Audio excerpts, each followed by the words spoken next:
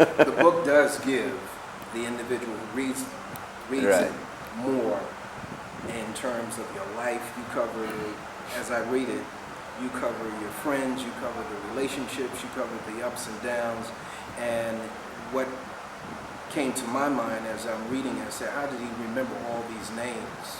Not that it's impossible, Yeah. but you have the names of the people in the groups and that sort of thing.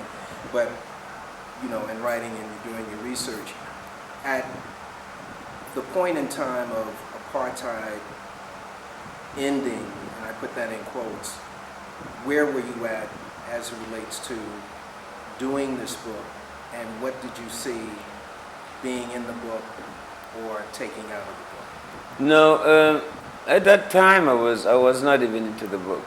I mean, the excitement of going back home, which was like a dream that never could happen in my mind. You know, it wasn't even a dream deferred. It was an impossibility.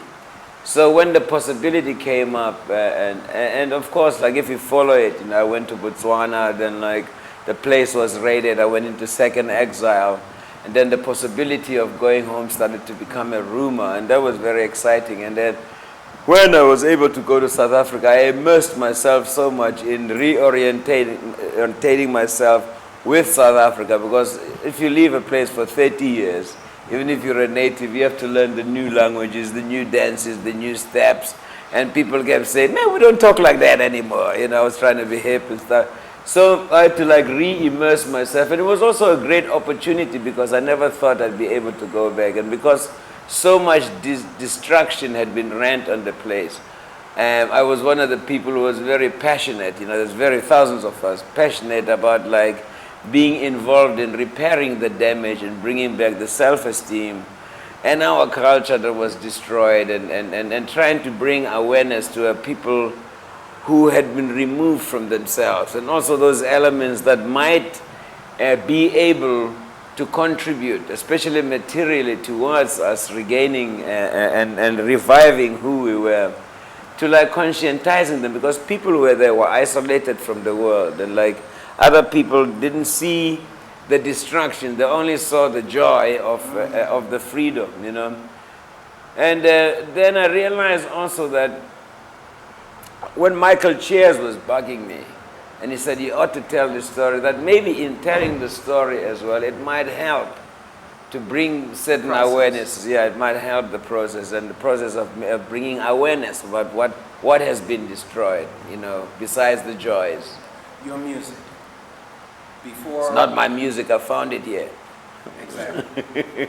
The music that you play. Yeah. Before apartheid became a system, the country was still dominated by the other folks. But your music before apartheid became a system, your music during apartheid, and your music now.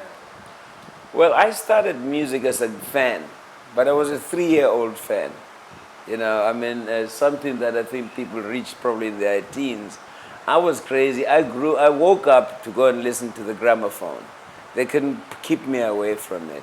And I was saying in my talk that I thought there were little people that lived in there that made the music, and I wanted to move into that neighborhood. And I did, but by the time I was able to wind the thing, I knew everything that Louis Armstrong did, that Duke Ellington did, Count Basie did, Louis Jordan did, Glenn Miller did, the Modernaires, you name it. And I sang along with everything, plus all the groups in South Africa, and didn't know what I was singing about. I was so obsessed that my family, my parents, wanted to distract me away from the gramophone, so they got me piano lessons. But now I became a commuter between the gramophone and the piano. And then when I was 13, I saw a movie about a trumpet player, Biggs Beiderbecke, called Young Man with a Horn. And I said, this is it, I got to play the trumpet, because in the movie, Kirk Douglas had this like, you wearing sort of like that. Yeah, he had major threads, and he stood in front of the band and didn't take shit from anybody and played all the solos and always got the girl. I said, this has got to be the thing. But like, you see what problems it got me with the girls. Exactly. And then I'm still learning the trumpet, because one of the most difficult instruments, you know, I'm still learning it 50 years later. And it took me all over the world. But By the time I became a professional musician as a teenager. I knew where I wanted to go because I'd been living with the people in the gramophone. So by the time I came here, there was nothing I didn't know about Louis Armstrong's family or Duke Ellington's family or Miles Davis, you know. And in South Africa, I'd become a member of the music community of people who were 20 years older than me. And so I was more of a recipient of music than a maker of it. You know, and I was influenced, and I opened myself to influence wherever I went. And when I was saturated here, I went to Africa, I went to Jamaica, I went to Brazil. I followed it wherever it was, you know. Now I'm crazy about going back into rural Africa, you know, and bringing that out. And I'm crazy about spending some time in India because the amazing thing about the Indians is that they haven't lost that which we have lost. In other words, even though they're a modern society and an industrial society, their culture has stayed with them, and regardless of like their class system, when it comes to their culture and their music, they are all one. As a result, they don't have to go anywhere.